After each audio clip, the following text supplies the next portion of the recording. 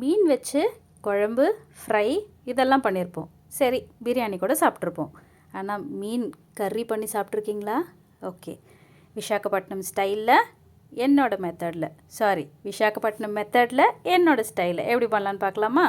ஒரு ஜாரில் 3 தக்காளி 2 பச்சை மிளகா போட்டு அரைச்சி வச்சுக்கோங்க. நான் இங்கே வவ்வால் குட்டி கிடச்சிதுங்க, அதனால் அதை தான் நான் இங்கே யூஸ் பண்ண போகிறேன். அதுக்கு ஃபஸ்ட்டு கடாயில் கொஞ்சம் எண்ணெய் ஊற்றுங்க.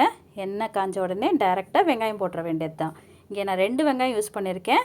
3 ஸ்பூன் ஆயில் ஊற்றிருக்கேன். அது போட்டு நல்லா வதக்குங்க.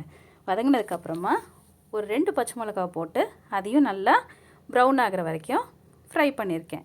ஃப்ரை பண்ணதுக்கப்புறமா அதில் கொஞ்சம் இஞ்சி பூண்டு பேஸ்ட் யூஸ் பண்ணுங்கள். 1.5 ஸ்பூன் நான் இங்கே போட்டிருக்கேன். நான் இங்கே 11 மீன் இருக்கிறதுனால, குட்டி குட்டி மீனுன்றதுனால நான் கொஞ்சம் குவான்டிட்டி கம்மியாக தான் இருக்கும். அதனால் அந்த குவான்டிட்டிக்கு ஏற்ற மாதிரி தான் நான் பண்ணுறேன்.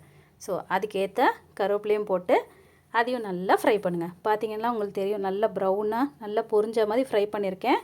இப்போ இந்த ஸ்டேஜில் நான் அரைச்சி வச்ச தக்காளி பச்சை மிளகாவை அரைச்சதை ஊற்ற போகிறேன். ஊற்றி இங்கே பாருங்கள், எண்ணெய் பிரியுதா?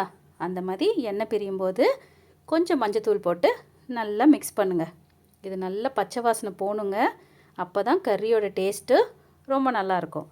இப்போது அதில் கொஞ்சம் காஷ்மீரி மிளகாத்தூள் ஒரு 2 ஸ்பூன் போட்டிருக்கேன். கொரியாண்டர் பவுடர் என்னவோ நான் ஒரு 2 ஸ்பூன் போட்டிருக்கேங்க. அது கூடவே உங்களுக்கு அந்த காஷ்மீரி பவுடர் இல்லைன்னா வீட்டு மிளகாத்தூளை யூஸ் பண்ணிக்கோங்க, ஒன்றும் பிரச்சனை இல்லை. இப்போ பார்த்தீங்கன்னா நீங்கள் போட்டு வதக்கி வதக்கி வதக்கி அதில் இருக்க எண்ணெயை பார்த்தீங்களா எவ்வளோ அழகாக பிரிஞ்சு வந்திருந்தது. அதில் கொஞ்சம் கரம் மசாலா போட்டு அதையும் வதக்கிட்டு பச்சை வாசனை போனதுக்கப்புறமா ஒரு 2லேருந்து 3 ஸ்பூன் இந்த டேமரின் ஜூஸ் புளி தண்ணியை கொஞ்சம் ஊற்றுங்க. ஊற்றினதுக்கப்புறமா அந்த ஜாரில் இருக்க தண்ணியும் கொஞ்சம் கழுவி அதில் ஊற்றிடுங்க. ஊற்றி இப்போ இந்த கறிக்கு தேவையான உப்பு போட்டுருங்க. நான் இங்கே 1.5 ஸ்பூன் போட்டிருக்கேன். நீங்கள் புளி ஊற்றிருக்கிறதுனால உங்களுக்கு கொஞ்சம் கூடவோ குறைவோ ஆகும். ஸோ அதுக்கேற்ற மாதிரி நீங்கள் போடுங்க.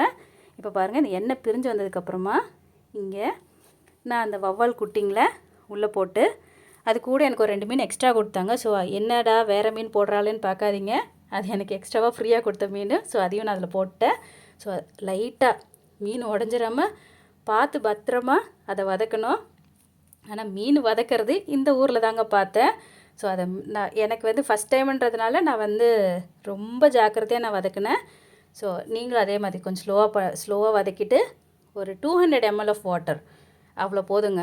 இது குழம்பு இல்லை, கொஞ்சம் திக்காக கிரேவி மாதிரி இருக்கும். அதனால் ஒரு பெரிய கிளாஸில் டீ குடிக்கிறீங்கன்னா அந்த கிளாஸ் அளவு தண்ணி ஊற்றுங்க போதும். ஸோ அதுக்கேற்ற உப்பையும் போட்டு நல்லா மூடி வச்சுருங்க. ஸோ குழம்பு ஒரு 10 நிமிஷத்துக்கு அப்புறம் நீங்கள் ஓப்பன் பண்ணி பார்த்தீங்கன்னா இந்த மாதிரி கொதிச்சுன்னு இருக்கும். இந்த கொதிச்சுன்னு இருக்க ஸ்டேஜ் தாங்க.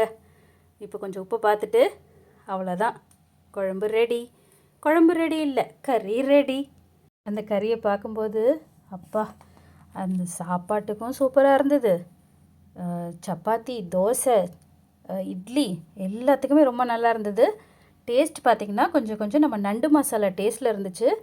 ரொம்ப ரொம்ப நல்லா இருந்துச்சுங்க. நீங்கள் ஒரு முறை இதை ட்ரை பண்ணி பார்த்துட்டு எப்படி இருக்குன்னு சொல்லுங்கள். உங்கள் வீட்டில் அடிக்கடி இதை பண்ண சொல்லுவாங்க.